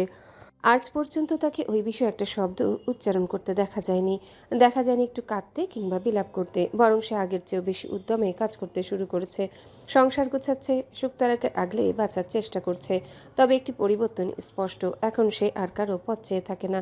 মোনাজাতে কাউকে ফিরে পেতে চায় না, বরং কাউকে ভুলতে চাওয়াই তার আপ্রাণ প্রচেষ্টা। রূপকথা ক্লান্ত স্বরে মাকে ডেকে ওঠে, আম্মা। হ্যাঁ বল মা, শুনছি তো। মায়ের সে কৃত্রিম ব্যস্ততা দেখে রূপকথা অনুনয় করে বলল, ও মা, এমন করছো কেন? নীলিমা হাতের কাজ থামায়। ব্লাউজ সেলাই করছিল। অত্যন্ত নির্লিপ্ত কণ্ঠে শুধালো, কেমন করছি? রূপকথা ঢোক গিলে কান্না আটকানোর চেষ্টা করে ক্ষীণস্বরে বলল, আমার কাছে নিজেকে এত শক্ত দেখানোর প্রয়োজন নেই আম্মা। আমি কি এতটাই পর হয়ে গিয়েছি যে আমার কাছেও মনের ব্যথাগুলো লুকোতে হবে? আমি জানি তুমি ভালো নেই, তবে কেন নিজেকে ভালো প্রমাণ করার এই বৃথা চেষ্টা করছো? নীলিমার দেহ ম্লান হয়ে আসে, দৃষ্টি উদাসীন হয়। খোলা জানালার ওপাশে ঘুটঘুটে অন্ধকারের দিকে তাকিয়ে ধরা গলায় বলল, আমি ভালো নেই কে বলেছে? আমি কেন ভালো থাকবো না? কথা এমন মানুষের জন্য আমি কাঁদবো যার কাছে আমার সন্তানদের কষ্টের কোনো মূল্য নেই। বিগত 10 বছর আমি প্রতিটি নিঃশ্বাস নিয়েছি আমার সন্তানদের জন্য, অথচ আজ 10 বছর পর সেই মানুষটা এসে অবলীলায় বলল অন্য এক নারীর হুমকির ভয়ে সে তার ফেলে যাওয়া স্ত্রী সন্তানদের খবর নেয়নি। এটা আমি মেনে নেব? ভুলে যাব আমার সন্তানদের 10 বছরের সেই ক্ষুধার যন্ত্রণা? ক্ষমা করে দেব তাকে? নিজেকে কষ্ট দেব? কখনো না। একজন পুরুষের জন্য আমি এক ফোঁটা অশ্রু বিসর্জন দেব না। আমার সন্তানরাই আমার সুখ ছিল, তারাই আমার সুখ হয়ে থাকবে। কোনো পুরুষ আমার সুখ দুঃখ নির্ধারণ করার অধিকার রাখে না। গড়িয়ে পড়া অবাধ্য অশ্রুটুকু শক্ত হাতে মুছে ফেলে নীলিমা হাসি মুখে পুনরায় বলল, আমি অনেক ভালো আছি রে মা, আমার জন্য চিন্তা করবি না। তুই শুধু নিজের সংসার আর পড়াশোনায় মনোযোগ দে। তোকে অনেক বড় হতে হবে, যেন নিজেই নিজের ঢাল হতে পারিস, নিজের সন্তানের নিরাপত্তা হতে পারিস। মায়ের এই দৃঢ়তায় রূপকথা ঠোঁটের কোণে হাসি ফুটে উঠল। ছোটবেলা থেকে এমন এক লড়াকু মাকে দেখেই সে শক্তি পায়। সে মৃদুস্বরে বলল, ঠিক আছে আম্মা। আচ্ছা, অনেক কথা হলো, এখন পড়তে বস। রাত অনেক হয়েছে। আমার নানু ভাই কি ঘুমিয়ে পড়েছে? রূপকথা ঘাড় ঘুরিয়ে বারান্দার সোফায় বসা বাবা ছেলের দিকে তাকালো। তারা নিঃশব্দ কথা শুনছিল। রূপকথা হেসে বলল, সে তার নানুর কথা শোনার জন্য এতক্ষণ আশেপাশে ঘুরঘুর করছিল। তার সাথে একটু কথা বলো। সে ভাবছে তার নানু অনেক কষ্টে আছে, সে তো জানে না কষ্ট আমাদের মৃত্যু সঙ্গী, এত সহজে আমাদের ভাঙা যায় না। তানশান বড় বড় চোখে রূপকথার দিকে তাকায়, ইশারায় ঘন ঘন হাত নেড়ে কথা বলতে অস্বীকৃতি জানালেও রূপকথা শুনল না, জোর করে তার কানে ফোন ধরিয়ে দিল। তপবন মৃদু হেসে ছেলের চুলে হাত বুলাতে বুলাতেই বলল, কথা বলো, জিজ্ঞাসা করো নানু কেমন আছে, আর নানুকে বলো সবসময় এমন শক্ত থাকতে, আমরা সবাই তার পাশে আছি। তানশান কথা বলল, সবশেষে দৃঢ় কণ্ঠে আশ্বাস দিয়ে বলল, নানুমণি কখনো কষ্ট পাবেন না, আমরা তো আছি, আমরা থাকতে আপনার আর কাউকে প্রয়োজন নাই। এই তো। দুঃখী নীলিমার হাসি মুখে বেঁচে থাকার জন্য সেইটুকুই যথেষ্ট। আর কি বা প্রয়োজন? সে ভালো থাকবে, ভুলে যাবে যে সে কাউকে একদা ভালোবেসেছিল, কিন্তু এটা কখনো ভুলবে না যে তার সন্তানরা তাদের নিজের বাবার কাপুরুষতার কারণে 10 বছর কষ্ট ভোগ করেছে। ফোন রাখতে নীলিমা ফের কাজে মগ্ন হয়। কাজ করতে করতে আনমনা দৃষ্টি জানালা ভেদ করে বাইরে তাক করলে দেহ অসাড় হয়ে আসে। বহুল কামনীয় একটা মুখ দেখতে পায়। ওয়াহেদ অনুনয় ভরা দৃষ্টিতে তাকায়। নীলিমার চোখ মুখ শক্ত হয়ে আসে। তৎক্ষণাৎ হন্তদন্ত হয়ে জানালা আটকে দিল। ওয়াহেদ শ্রান্ত দেহে দাঁড়িয়ে রইল, একবার আর দুবার নয়। সেদিনের পর থেকে বহুবার নীলিমার দ্বার প্রান্তে এসেছে। দূর একটু চোখের দেখাও দেখতে নারাজ নীলিমা। নিজামকে খুলনাতে একজন সাইকিয়াট্রিস্ট এর তত্ত্বাবধানে চিকিৎসারত রয়েছে। আগামীকাল তাকে রিলিজ করা হবে। হয়তো জীবনটা আবার দুর্বিষহ হয়ে উঠবে। অথচ এই দুর্বিষহ ভারী জীবন বহন করার শক্তি ক্রমশই হারিয়ে ফেলছে সে। ফোন রেখে তানশান প্রফুল্ল চিত্তে উঠে দাঁড়ালো, আড়মোড়া ভেঙে বলল, আমি ঘুমাতে যাচ্ছি পাপা, গুড নাইট। তপবন নীরবে মাথা নেড়ে সাই জানালো, বলল, ফোন দেখবে না, সোজা ঘুমিয়ে পড়বে। তোর পাপার সাথে একটু কথা বলবো তো। তপবন পকেট থেকে ফোন বের করে ঘড়ি দেখে রাত 12টা বেজে 5 মিনিট। তখন এরোজ এখনো অফিস থেকে বাড়ি ফেরেনি। সে বলল, ছোট পাপা এখনো অফিসে, আব্বু ব্যস্ত থাকবে, এখন কল দিও না। তানশান ট্রাউজারের পকেটে হাত ঢুকিয়ে দৃঢ় গলায় বলল, ছোট পাপা কখনোই আমার কল ইগনোর করে না, যত ব্যস্ত হয়ে থাকুক। কিন্তু তোমার তো তার ব্যস্ততার বোঝা উচিত। কিন্তু আমি তাকে মিস করছি, কথা না বললে ঘুম আসবে না। আর নায়েল, গতকাল ওই পাকা বুড়ির সাথে কথা হয়েছিল। তপবন হাল ছেড়ে দিয়ে বলল, আচ্ছা যাও, কথা বলে দ্রুত ঘুমিয়ে পড়ো। তানশান হাসি মুখে বেরিয়ে গেল। তপবন আলগুছে মৃদু আলোয় বদ্ধ নেত্রে সোফায় মাথা এলিয়ে দিল। রূপকথা ছেলের পিছু পিছু যেতে গিয়েও একবার ফিরে তাকালো হঠাৎ নরম হয়ে যাওয়া মানুষটার দিকে। ঘরের সবচেয়ে মজবুত খুঁটিটাকে আজ হঠাৎ এমন মিইয়ে যেতে দেখে তার ভালো লাগছে না। তানশানের জীবনে একটা নতুন অভ্যাস যুক্ত হয়েছে, আর সেই অভ্যাসের নাম হলো মিমি। আগে ঘুমের আগে মায়ের ডায়েরি পড়ার অভ্যাস থাকলো, এখন তাতে কিছুটা বিঘ্ন ঘটে। এখন ঘুমের আগে একজনের সাথে এক দফা খুনসুটি বা দ্বন্দ্ব না হলে তার ঘুম আসে না। আর অদ্ভুত ব্যাপার হলো, এই দ্বন্দ্বটুকুই তার এখন খুব প্রিয়। নিজের ঘরে ঢুকে শূন্য দরজার পানে একবার ফিরে তাকায়, কেউ নেই সেথায়। সে চাচাকে ফোন দেয়, সাথে সাথে রিসিভ হয়। ভেসে আসে স্নেহ ভরা কণ্ঠ, আর স্ক্রিনে ভাসে ক্লান্ত একটি মুখ। আব্বু, ছোট পাপা, আই মিস ইউ অ লট। পাপাও তোমাকে অনেক মিস করেছে, কিন্তু এখনো জেগে আছো কেন? তোমার সাথে কথা বলবো বলে, এরপরেই ঘুমিয়ে পড়বো। চাচা ভাতিজা দীর্ঘক্ষণ কথা হলো। ঠিক সেই সময় নায়েল কাঁদতে কাঁদতে এরোজের অফিসে ঢুকলো। এরোজের মুখ বিবর্ণ হয়ে গেল কাঁদতে দেখে। সে ঝট করে তাকে কোলে তুলে নিয়ে ব্যস্ত হয়ে শুধালো, কাছো কেন মা? নায়েল ফুপিয়ে কাঁদতে কাঁদতে বলল, ফেলিত আমায় আই লাভ ইউ বলেছে। ফেলিত পচা ছেলে। ফোনের ওপাশে তানশানের গুরু গম্ভীর মুখ ছাপিয়ে খিলখিলিয়ে হাসি বেরিয়ে এলো নায়েলের কথায়। তার পাকা বুড়ি ভীষণ ঢং করতে জানে। এরোজ স্বস্তির নিঃশ্বাস ফেললো কান্নার কারণ শুনে আদুরে গলায় বলল, তাতে কি হয়েছে মা, এই জন্য কাঁদতে হয়? নায়েল কান্না থামিয়ে রাগান্বিত দৃষ্টিতে তাকালো। নিশান্ত বলেছে আই লাভ ইউ মানে খারাপ জিনিস, ও কেন বলবে? নিশান্ত এগুলো বলেছে তোমাকে? হুম। তারপর তুমি কি বললে ফেরিদকে? নায়েল চোখ মুছতে মুছতে বলল, ননসেন্স বলেছি। এরোজের মাথায় আগুন ধরে গেল। সে তানশানের ফোন কেটে সরাসরি নিশান্তকে কল করলো। নিশান্ত ফোন ধরে হাসি মুখে বলল, হ্যালো ব্রো। এরোজ দাঁতে দাঁত চেপে বলল, আধা ঘন্টার মধ্যে আমার সামনে হাজির হবি, নয়তো তোর হাত পা আমি ভেঙে 2 ভাগ করে দিব। নিশান্ত ঘাবড়ে গিয়ে বলল, কেন ব্রো, কি হয়েছে? আই লাভ ইউ মানে খারাপ কথা আর ননসেন্স বলা ভালো, এসব কে শিখিয়েছে তাকে? তোকে পেটাতে ইচ্ছে করছে আমার, কোন সাহসে ওকে এইসব উল্টো পাল্টা শেখাচ্ছিস? নিশান্ত আমতা আমতা করে বলল, আরে ভাই, আমি তো ওকে সঠিক শিক্ষা দিচ্ছি। নিবাকেও আমি এভাবেই বড় করেছি, যে ওকে আই লাভ ইউ বলতো, ও ও তাকে ননসেন্স বলে দিত। তাই তো এই যুগেও নিবা এখনো কোনো হারাম আজেবাজে সম্পর্কে জড়ায়নি। আমাদের নায়েলও তেমন হবে। তোকে এত পাগনামি করতে হবে না। ওর মাথার ওপর ছোট পাপা আছে, ওকে কোনো খারাপ কিছুতে জড়াতে দিব না, কিন্তু ভবিষ্যতে ওকে এমন কিছু শেখালে ফল ভালো হবে না। নিশান্ত পাণ্ডুর মুখে সায় জানালো। ফোন রেখে এরোজ তাকায় কাঁধে মাথা রেখে শুয়ে থাকা মেয়েটির পানে কোলে বসিয়ে বলল, নিশান্ত পচা কথা বলেছে মা, ওকে বকে দিয়েছি। আমাদের যখন কাউকে খুব ভালো লাগে তখন আমরা তাকে আই লাভ ইউ বলি। এই যে ছোট পাপা তোমাকে খুব ভালোবাসি, যার জন্য বলি আই লাভ ইউ, এটা খারাপ নয়। আর ছোট পাপা তোমার চারিধারে খারাপ মানুষ তো দূরের বিষয়, খারাপ কথাও ঘেঁষতে দিব না। নায়েল অবুঝ দৃষ্টিতে তাকিয়ে রইল এরোজের দিকে, বলল, ফেলিত ব্যাড বয় নয়। না ফেরে তো তোমায় ভালো বন্ধু মনে করে তাই বলেছে। সে তোমায় খুব ভালোবাসে, সব সময় তোমার সাথে খেলতে চায়, বুঝেছ? নায়েল মাথা নাড়ল। সে তো জানে আই লাভ ইউ মানে ভালো কথা, কিন্তু বিগত বহুদিন যাবৎ নিশান্ত তাকে শেখাচ্ছিল এটা খারাপ। এরোজ তাকে ডেস্কে বসিয়ে দিয়ে সাথে করে আনা বেরির বক্সটা বের করে মুখে দিতে দিতে দেখলো মেয়েটার মন খারাপ হয়ে আছে। ছোট্ট হাত দুটো মুঠোবন্দি করে নেয়, হাতের উল্টো পিঠে চুমু দিয়ে বলে, আমার মায়ের মন খারাপ হয়ে গেল কেন? নায়েল উদাসীন কণ্ঠে বলল, মাম্মা হাসপাতাল থেকে কবে আসবে? আর 2 দিন মা, তারপরে এসে যাবে মাম্মু। আর বাবা, পাপা এখনো কেন আমাদের নিতে আসছে না? আমরা বাড়িতে যাব না? দাদু ভাই, দাদুমণি, ফুপি, বলো মা কবে যাবে? এরোজের মনটা বিষণ্ণ হয়ে উঠল। সে নিজের সর্বস্ব দিয়ে নায়েলকে সুখে রাখার চেষ্টা করে, অথচ দিন শেষে শূন্যতায় তার প্রাপ্তি। সে ম্লান কণ্ঠে বলল, পাপারে এখানে ভালো লাগছে না মা।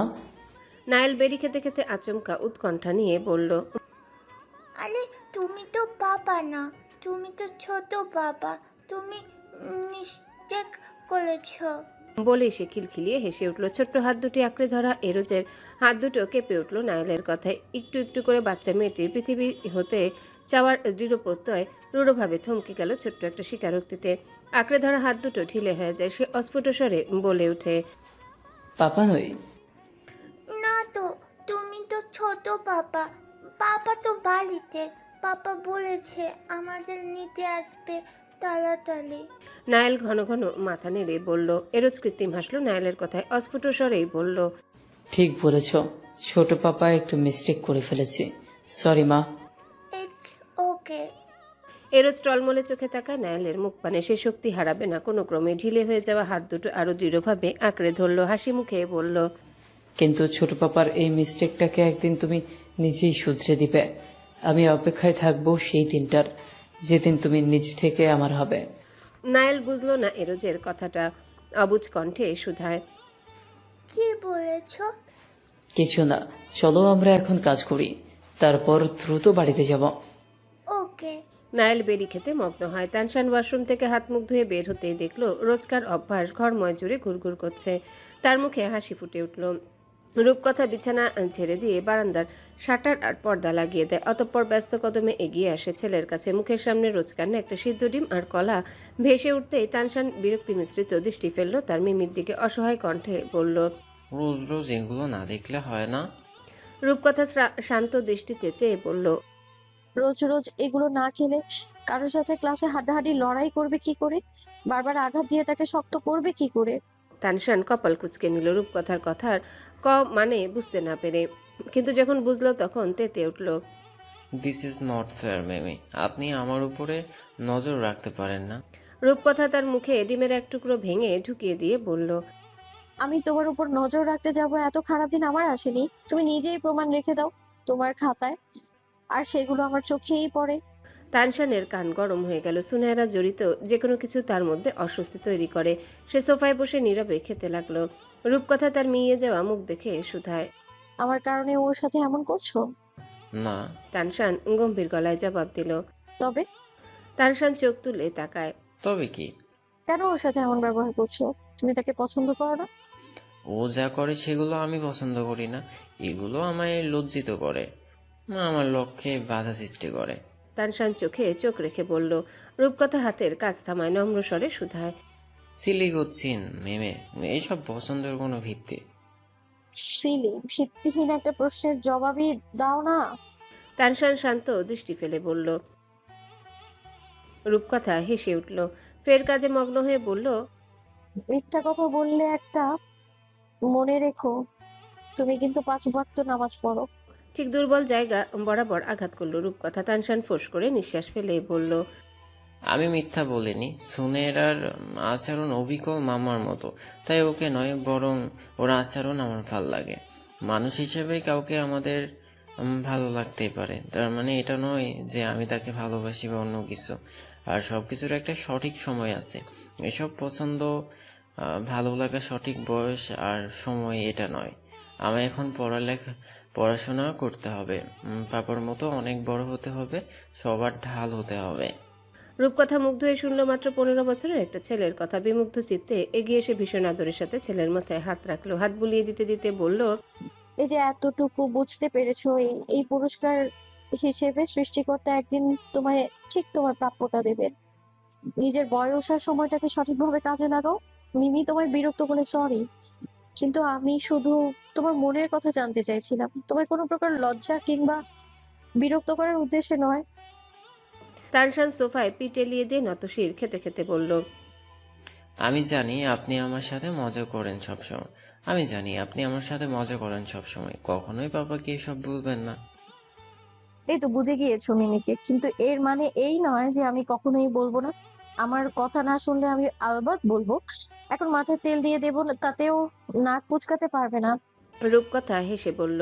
তানশান তৎক্ষণাৎ তেতে উঠে বলল, এটা ঠিক নয় মেমে। এটাই ঠিক, মাথা আগাও। রূপকথা তেজি কণ্ঠে বলেই মাথায় ভালো করে তেল দিয়ে দিতে লাগলো। তানশান বিরক্ত হয়ে বলল, আপনি একটা নাছোড়বান্দা।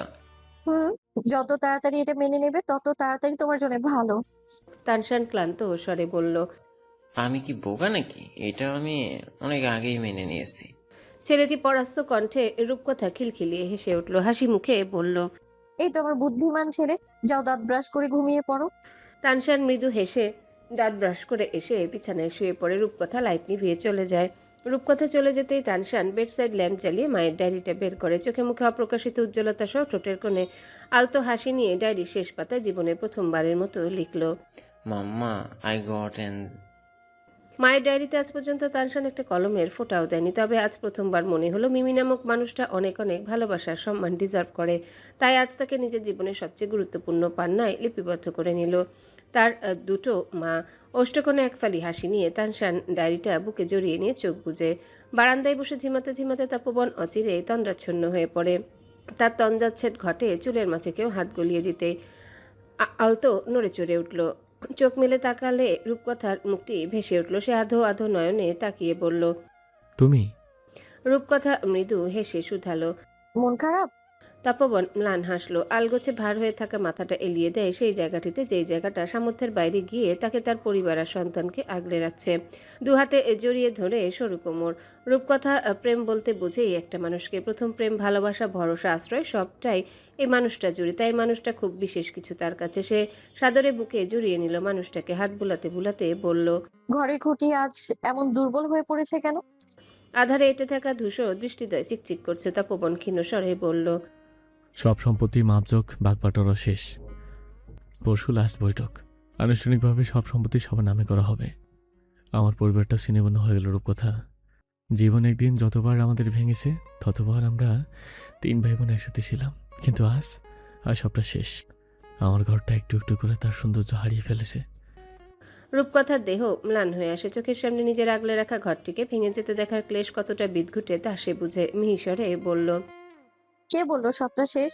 সৃষ্টিকর্তা আমাদের ঝুলিতে যা রেখেছেন আমরা না হয় তার মাঝেই সুখ খুঁজবো, আমরাই এই ঘরের সৌন্দর্য হয়ে উঠবো।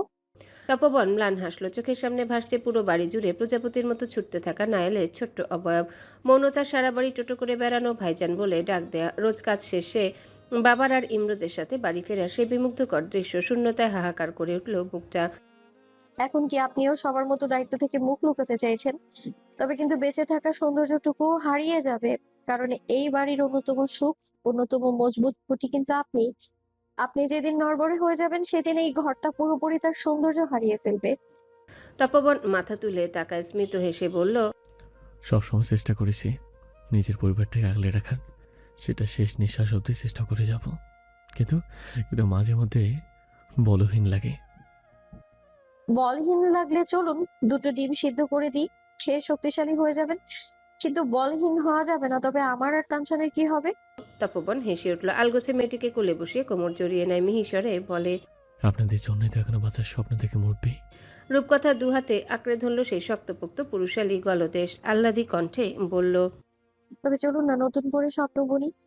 আমাদের একটা ছোট্ট ঘর হবে, যেই ঘরে শুধু খুব প্রিয়জনরা থাকবে, যারা দুঃখ দেওয়ার কথা চিন্তা করতেও ভয় পাবে। মাথার উপর আব্বু আম্মুর ছায়া থাকবে, খোলা বারান্দার এক করে এক ঝাঁক মাধবীলতা থাকবে। আর বিকেল হলে আমরা চা হাতে নিয়ে হারানো দিনের গল্প করব না, বরং আগামী দিনের নতুন কোনো ভোরের পরিকল্পনা করব। সেই ঘরের প্রতিটা দেয়ালে তানজান আর নাইলের বড় হওয়ার সাক্ষী থাকবে। কেউ আমাদের সম্পর্কের মাঝে দেয়াল তুলবে না, কেউ স্বার্থের টানে আঙুল তুলবে না। মাঝে মধ্যে যখন আপনি ক্লান্ত হয়ে ঘরে ফিরবেন, আমি আপনার সবটুকু অবসাদ কেড়ে নিব, কিন্তু তার জন্য আপনাকে শক্ত থাকতে হবে, কারণ আপনার ওই হাসি মুখটাই তো আমাদের আস্ত একটা পৃথিবী। তপবন বিমুগ্ধ চিত্তে চেয়ে রইল মেয়েটির পানে। চারিপাশের এই স্বার্থপর পৃথিবীর কোলাহল ছাপিয়ে মেয়েটির অস্তিত্বটুকুই তার কাছে প্রশান্তি হয়ে উঠল। হস্তদ্বয় আরো দৃঢ়ভাবে মেয়েটিকে নিজের সাথে আগলে নেয়। সেই দৃঢ়তায় স্পষ্ট সুপ্ত বাসনা, সেই মেয়েটিকে বাকি জীবনটা আগলে বাঁচতে চায়, নতুন স্বপ্ন বুনতে চায়। তপবন স্মিত হেসে বলল, চলো তবে এক নতুন গল্প শুরু করি। রূপকথা উচ্ছ্বসিত কণ্ঠে বলল, চলুন। তপবন সত্যিই চলল। এক ঝটকায় মেয়েটিকে পাজাকোলা করে তুলে নিতেই রূপকথা হকচকিয়ে গেল, চেঁচিয়ে বলল, কি কোলে তুললেন কেন? ছাড়ুন ছাড়ুন, পড়তে বসতে হবে তো আমায়। তপবন ঘাড় কাত করে তাকায় মেয়েটির কুচকানো মুখ পানে। ধূসর চোখে অস্পষ্ট হাসির উজ্জ্বলতা। চলতে চলতে ফিসফিসিয়ে বলল, আজ আর পড়তে হবে না মুরব্বী, চলো আজ আমি আপনাকে একটু পড়ি। রূপকথার কান গরম হয়ে উঠল। তেতে ওঠা তার বুকে চিমটি কেটে বলল, বুড়ো লোকের ভীমরতি হয়েছে, ছাড়ুন বলছি। সেই কোলে সব দোষ আপনার, তখন আমায় একটুও দোষ দিতে পারবেন না। তপবন হো হো করে হেসে উঠল। হাসতে হাসতে বলল, বউ ফেল করলেও আমার, পাশ করলেও আমার, সবটাই যখন আমার, তখন কিসের এত চিন্তা? তপবন ঠিক বলে। সত্যি মেয়েটি জুড়ে সবটা একান্তই তার। মেয়েটির প্রতিটা লহমা, প্রতিটা অনুভূতি, প্রতিটা ভাবনা জুড়ে শুধু সে আর তার পরিবার। ছোট্ট রূপকথার নিজস্ব এক পৃথিবী রয়েছে, যার নাম তপবন শিকদার। রাতের দীর্ঘ সেই প্রহরটুকু তপবন নিজের নামে করে নিল। অজস্র মুহূর্ত বিমুগ্ধ চিত্তে কেটে গেল মেয়েটিকে পড়তে পড়তে। আর্লি স্প্রিং, মার্চের শেষ সপ্তাহ হলেও অন্টারিও প্রদেশের রাজধানী টরেন্টোতে শীতের দাপট তখনও প্রকট। প্রকৃতি শীতল এবং স্যাঁতস্যাঁতে। মাঝে মধ্যে আকস্মিক তুষারঝড় এখানে স্বাভাবিক হলেও এই সময়ের বৃষ্টির আধিক্যই বেশি থাকে, যাকে স্থানীয়রা এপ্রিল শাওয়ার বলে থাকে। মাত্র 2 দিন আগে হওয়া তুষারঝড় থেমে গিয়ে আজ প্রকৃতিতে খানিক উষ্ণতার ছোঁয়া লেগেছে। রৌদ্রোজ্জ্বল বিকেলে বরফ গলা পানিতে পথঘাট স্যাঁতস্যাঁতে পিচ্ছিল। ঠিক তেমনই মৌনতা, ক্লান্ত আর যন্ত্রণাবিদ্ধ জীবনেও আজ এক চিলতে স্বস্তির আভাস মিলছে। দিনটি ছিল 25শে মার্চ। কাকডাকা ভোরে খুলনা সিটি মেডিকেলের পরিবেশ ছিল আড়ম্বরপূর্ণ, থমথমে। বহুতলা ভবনের 11 তলার করিডোরে শিকদার পরিবারের সকল সদস্য থম মেরে বসেছিল। তাদের সেই থমকানো পরিবেশটা ঠিক 7:10 মিনিটে আলোড়ন তোলে সৃষ্টিকর্তার পাঠানো এক ছোট্ট স্বর্গীয় পরীর কান্না। সেদিন প্রথমবারের মতো ইমরত সবার সামনে ঝরঝরিয়ে কেঁদে ফেলেছিল যখন তার কোলে সদ্য জন্মানো নাইলকে তুলে দেওয়া হলো। কক্ষে থাকা ডিজিটাল ঘড়ির দিকে এক দৃষ্টিতে তাকিয়ে থাকা মৌনতার চোখের কার্নিশ বেয়ে টপটপে কয়েক ফোঁটা নোনা জল গড়িয়ে পড়ল। ঘড়িতে জল করছে 25শে মার্চ, ঠিক সকাল 7:10। ভাগ্যের কি নির্মম পরিহাস। রাজকুমারীর মতো জন্ম নেওয়া মেয়েটি আজ বাবা মা ছাড়াই কোথাও হয়তো উদাস মনে পড়ে আছে। কাঁপতে থাকা ঠোঁট কামড়ে ধরে মৌনতা ফিসফিসিয়ে বলে ওঠে, আমার মেয়েটাকে তিলে তিলে এতিম করে দেওয়ার জন্য ধন্যবাদ ইমরোজ। আপনি জীবনে খুব সুখী হন। আমাদের মামের ভালোবাসার বদলে এত করুণ উপহার দিয়েছেন যে সুখের নাম শুনলেও এখন আমাদের গায়ে কাঁটা দেয়। কিন্তু আপনি অবশ্যই সুখী হন, অনেক সুখী হন। বহুক্ষণ যাবৎ কান্নার কারণ জানতে চাওয়া লিরা এবার নম্র স্বরে শুধালো, কেন কাঁদছো সুইটহার্ট? শরীর খারাপ করছে? মৌনতা চোখ তুলে তাকায় লিরার প্রাণে ক্রন্দনরত গলায় বলল, আজকে আমার মেয়ের জন্মদিন। আজও 5 বছরে পা দেবে, কিন্তু ওর সাথে ওর বাবা মা নেই। ও কখনো এভাবে একা থাকেনি। ও নিশ্চয়ই অনেক কান্না করছে। লিরা ম্লান হাসলো। মৌনতা অনুনয় করে বলল, আপনি কি একটু ডক্টরকে বলবেন আমায় আজকের জন্য একটু ছেড়ে দিতে? আমি তো এখন যথেষ্ট সুস্থ। সরি ডিয়ার, আমি এগুলো বললে আমার জব থাকবে না। লিরা অসহায় কণ্ঠে বলল, একজন মা চাইলেও তার সন্তানকে দেখতে পারে না, ছুতে পারে না, তার মাথার উপর ছায়া হতে পারে না। পৃথিবীতে এর থেকে অসহায়ত্ব বোধ হয় আর কিছু হতে পারে না। মৌনতা একজন অসহায় মায়ের মতো তাকিয়ে রইল লীরার দিকে। জীবন এত বিদঘুটে পর্যায়ে এনে দাঁড় করিয়ে দিয়েছে যেখানে সন্তানের থেকে দূরত্বের চেয়ে মৃত্যু যন্ত্রণা কম কষ্টকর মনে হয়। মৌনতার অসহায়ত্ব দীর্ঘ হলো। কিন্তু দুপুর 12টা নাগাদ আইসোলেশন রুমে দুজন নার্স ঢুকলো। সাধারণত আইসোলেশন রুমে একজন নার্স আর ডাক্তার ব্যতীত কেউ ঢোকে না। তারা মৌনতাকে বের করার প্রস্তুতি নিতে মৌনতা অবাক হলো, উৎকণ্ঠা নিয়ে শুধালো, আমাকে কোথায় নিয়ে যাচ্ছেন? নর্মাল কেবিনে? আমি কি সুস্থ হয়ে গিয়েছি? নার্স দুজন প্রগাঢ় হেসে বললেন, তোমার সাময়িক রিলিজ দেওয়া হচ্ছে, তার রিলিজের পূর্বে ফাইনাল চেক আপ করার জন্য নেওয়া হচ্ছে। মৌনতার চোখে মুখে উচ্ছ্বাস, আনন্দ আছড়ে পড়ে, চোখ দুটো খুশিতে টলটল করে উঠল। সে প্রাণোচ্ছল কণ্ঠে শুধায়, সত্যি? আমি কি আজকে রিলিজ দেবে? কিন্তু একটু সময় লাগবে চেক আপ করাতে এবং রিপোর্ট পেতে, রাত হয়ে যাবে।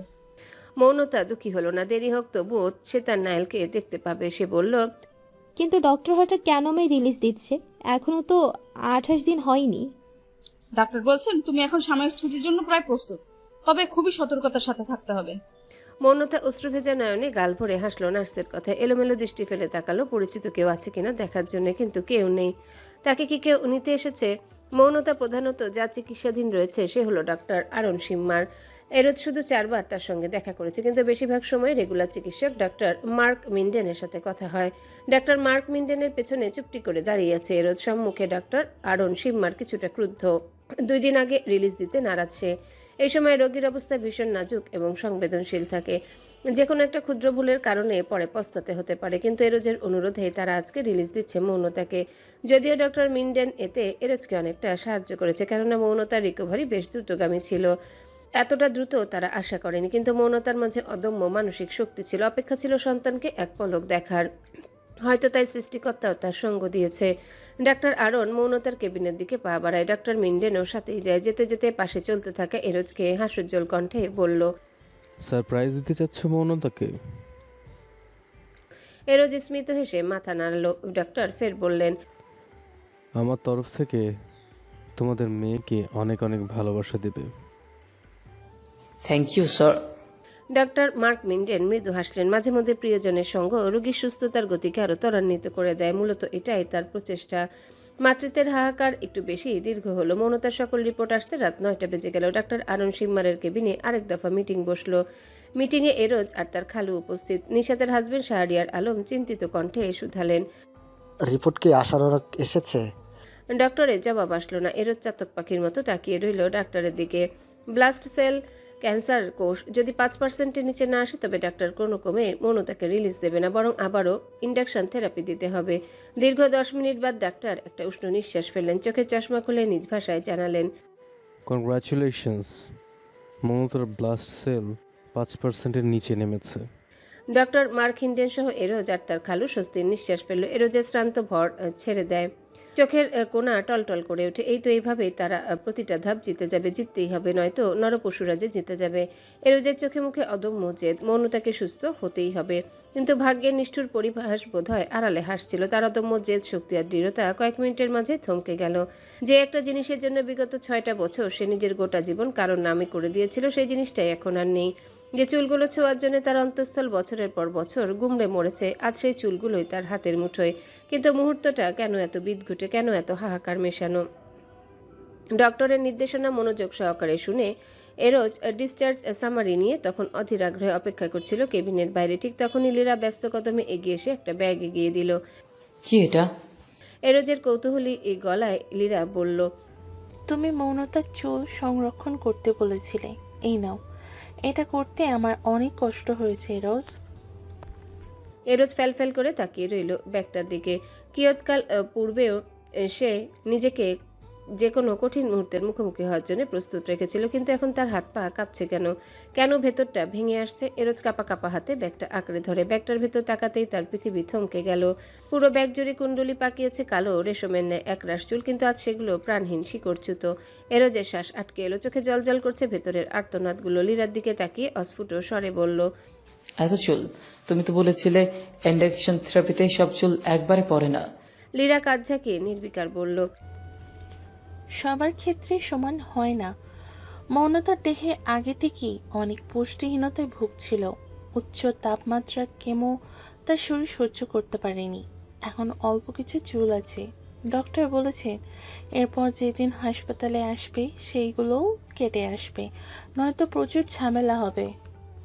এরোজ ফ্যালফ্যাল করে তাকিয়ে রইল ব্যাগটার দিকে। এতদিন যতবার দেখা হয়েছে মৌনতার মাথায় ক্যাপ পরানো থাকতো। সে ভেবেছিল আড়ালে হয়তো রয়েছে যত্ন করে রাখা একরাশ চুল, কিন্তু আজ এই প্লাস্টিকের ব্যাগটা যেন একটা ছোট কফিন, যেখানে মৌনতার আজন্ম লালিত সৌন্দর্যের সমাধি হয়েছে। লীরা চলে যায় আর নিজের প্রাণহীন স্বপ্নদের হাতে নিয়ে এরোজ বলহীন দেহে পড়ে রইল বেঞ্চিতে। এক দৃষ্টিতে তাকিয়ে থাকা আখিদয় রক্তাভ হয়ে উঠল। এরোজ স্থবিরতা ভেঙে কম্পিত হাতে ছুঁয়ে দিল চুলগুলো। একবার দুবার এমন করে অজস্রবার ছুঁয়ে দেখতে দেখতে সে হঠাৎ করে শব্দ করে কেঁদে উঠল। ঝট করে ঠোঁটে চেপে ধরে নিজের প্রিয় চুলগুলো। শেকড়হীন চুলের গোছায় অজস্র চুমু দিতে দিতে আর্তনাদে সুরে বলে ওঠে, আমি আজীবন এই চুলগুলোকে ছুঁতে চাইতাম, কিন্তু এইভাবে তো কখনো চাইনি। তবে কেন আমাদের এইভাবে দেখা হলো? আর্তনাদগুলো বড় অনাদরে অবহেলিত হলো হাসপাতালের নিস্তব্ধ করিডোরে। কেউ শুনল না এরোজের আর্তনাদগুলো। কেবিনের বেডে পা ঝুলিয়ে বসে আছে মৌনতা, চোখে মুখে এক চিলতে অমলিন শিশুতোষ হাসি। পাশ দিয়ে যাওয়া একজন নার্সকে এসে শুধালো, আমায় কে নিতে এসেছে? নার্স মৃদু হেসে উত্তর দিলেন, এরোজ। মৌনতার ঠোঁটে এক চিলতে প্রশান্তির রেখা ফুটে উঠল। গত এক মাসে সে এইটুকু অন্তত বুঝেছে মানুষটা বাইরে থেকে যতটাই উগ্র কঠোর হোক না কেন, কর্তব্যে সে অটল। এই অচেনা বিভুইয়ে ওই মানুষটাই তাদের একমাত্র শক্তপোক্ত আশ্রয়। লীরা এরোজের আনা পোশাকগুলো নিয়ে এগিয়ে এলে মৌনতা সেগুলো নেড়েচেড়ে দেখল। পাতলা সুতির ফ্রক, ঢিলে ঢালা প্যান্ট আর একটা ওভারকোট। সে এমন ধরনের পোশাক কখনোই পরেনি। শাড়ি আর থ্রি পিস ব্যতীত সে অন্য কোনো পোশাকে স্বস্তি পায় না। সে শুধায়। লীরা মৃদু হেসে বলল, সদ্য কেমো শেষ হওয়ার তোমার ত্বক এখন ভীষণ সমবেদনশীল, খুব নরম এবং হালকা কাপড়ই এখন পরতে হবে। জীবনে অনেক কিছু না চাইতেও আমাদের মেনে নিতে হয়। কিন্তু মৌনতা, চঞ্চলতা, মাতৃত্বের উল্লাস আর হাসি হঠাৎ করে মুখ থুবড়ে পড়ল যখন তার মাথা থেকে ক্যাপটা খুলে ফেলা হলো। আর সম্মুখে ভেসে উঠল বিশাল এক আয়না।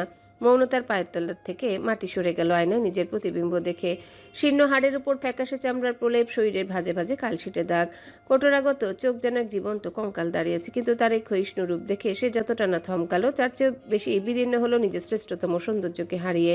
মৌনতা উন্মাদের মতো আয়নার সামনে গিয়ে দাঁড়ালো। মাথার তালুর দু এক জায়গায় পড়ে থাকা অবশিষ্ট চুলের গোছাগুলো উদ্ভ্রান্তের মতো ছুতে ছুতে এসে ফুপিয়ে কেঁদে উঠল। আর্তনাদ করে বলল, এগুলো পড়তে হবে? আমার চুল কোথায় লীরা? আমার হাঁটু সমান চুল ছিল, তা নেই কেন? তুমি তো বলেছিল চুল পড়বে না, 3-4টা কেমো দিলে। লীরা আহত নয়নে মৌনতার আর্তনাদ শুনল। ইংরেজিতে না বললেও সে বুঝলো মৌনতা চুল নিয়ে কষ্ট পাচ্ছে। সে আদুরে গলায় বলল, ডোন্ট প্যানিক সুইটহার্ট, তোমার চিকিৎসা শেষ হতেই তোমার চুল আবার আগের মতো গজাতে শুরু করবে। মৌনতা স্তব্ধ হয়ে গেল। যেখানে মৃত্যুই হয়তো জীবনের একমাত্র উপসংহার, সেখানে চুলের আশা করা কি নিছক অলীক স্বপ্ন নয়? অন্তঃস্থলে আন্দোলিত হওয়া চরম সত্যটিকে এক অদ্ভুত রিক্ততা ভর করল মৌনতার সারা শরীর। আর্তনাদগুলো গুমড়ে মরল বুকের গভীরে। সর্বশান্ত হয়ে যায় দেহ। ঠিক তখনই ধীর কদমে ঘরে ঢুকলো এরোজ। চোখে তার প্রিয়তম সৌন্দর্যকে হারানোর এক নিঃশেষিত শোক। পাশে এসে কেউ দাঁড়াতেই মৌনতা বিধ্বস্ত নয়নে ঘাড় ঘুরিয়ে তাকায়। চোখে চোখ পড়তে এরোজ স্মিত হাসলো, মিহিস্বরে বলল, এখনো সৌন্দর্যের মতো তুচ্ছ একটা জিনিসের জন্য এত আর্তনাদ? ভুলে গিয়েছেন অপার্থিব সৌন্দর্য থাকাকালীনও কেউ একজন বাজেভাবে ঠকিয়ে গিয়েছে? তবে কেন ক্ষণস্থায়ী এই সৌন্দর্যের জন্য এত আর্তনাদ? আপনার সৌন্দর্য, আপনার ভেতরে থাকা মন আর আপনার সন্তান। মৌনতার চোখ বেয়ে এক ফোঁটা অশ্রু গড়ায়, ক্ষীণস্বরে বলে, সান্ত্বনা দিচ্ছেন? এরোজ দেয়ালে বাহু ঠেকিয়ে দাঁড়ায়, বুকে হাত গুজে বলল, শুধু নিজেকে চেনাতে সাহায্য করছি। আপনি এখনো নিজেকে চেনেন না। যেদিন চিনবেন সেদিন থেকে আর সৌন্দর্যের পরোয়া কোনোদিন করবেন না। শুধু আপনাকে যারা সবকিছুর ঊর্ধ্বে গিয়ে ভালোবাসে তাদের পরোয়া করবেন। আমার সন্তান ব্যতীত কেউ আমার সবকিছুর ঊর্ধ্বে গিয়ে ভালোবাসে না। এরোজ ম্লান হাসলো, ফিসফিসিয়ে বলে উঠল, অথচ আপনার স্মৃতি নিয়ে কেউ 6 বছর অনায়াসে কাটিয়ে দিয়েছে। সৌন্দর্য তো দূরের কথা, এক নজর দেখার অধিকার ছিল না তার। মৌনতা এক দৃষ্টিতে তাকিয়ে রইল। ঠোঁট নড়ছে কিন্তু কিছুই শুনতে পেল না। সৌন্দর্য নয়, তার স্মৃতিটুকুই কারোর বেঁচে থাকার একমাত্র কারণ ছিল। কারোর জন্য এতটা অমূল্য সে। বিদীর্ণ বিদঘুটে চেহারাটা ক্রমে লুকিয়ে গেল ভারী পোশাকের আড়ালে। ঠিক এমনই করে নারীটির দুঃখগুলোকেও কেউ এক ফালি সুখ হয়ে অগোচরে লুকিয়ে নিচ্ছে একটু একটু করে। তবে তা টের পেল না নারীটি।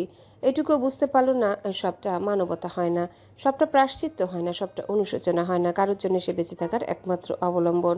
যান্ত্রিক শহরে কারো সময় নেই অন্যের সৌন্দর্য নিয়ে চর্চা করার, কিন্তু নিজের সন্তান সে ভয় পাবে না তো মায়ের এই ভয়ানক চেহারা দেখে? ওভারকোট পরিয়ে দিয়ে লীরা মনতার মাথায় একটা টুপি পরিয়ে দিল। মৃদু হেসে গাল ছুঁয়ে দিয়ে বলল, দেখো কিছু বোঝা যাচ্ছে না।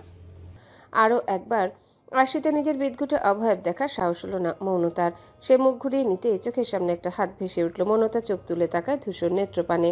বাড়িয়ে দেওয়া হাতটা নেড়ে এরোজ বলল, হ্যালো বন্ধুরা, পরবর্তী পার্ট খুব তাড়াতাড়ি আসবে, তো সবাই অপেক্ষায় থাকো। আর চ্যানেলটি যারা এখনো সাবস্ক্রাইব করোনি তারা পরবর্তী পার্ট দেখার জন্য চ্যানেলটি সাবস্ক্রাইব করে রেখো। ধন্যবাদ সবাইকে, আমাদের সাথেই থেকো।